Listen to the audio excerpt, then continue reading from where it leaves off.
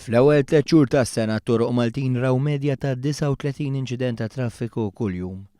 B'kollox bejn Jannar u Marzu 2017 seħħew 3508 inċidenti, numru li għalkemm mhux żgħir juri tnaqqis ta' 5.6% meta mqabbel man-numru ta' inċidenti li seħħew fl-istess perjodu tas-sena l-oħra.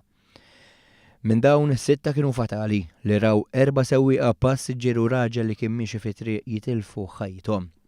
U fl-istess waqt li naqsu l-inċidenti naqsu wkoll il-vittmi.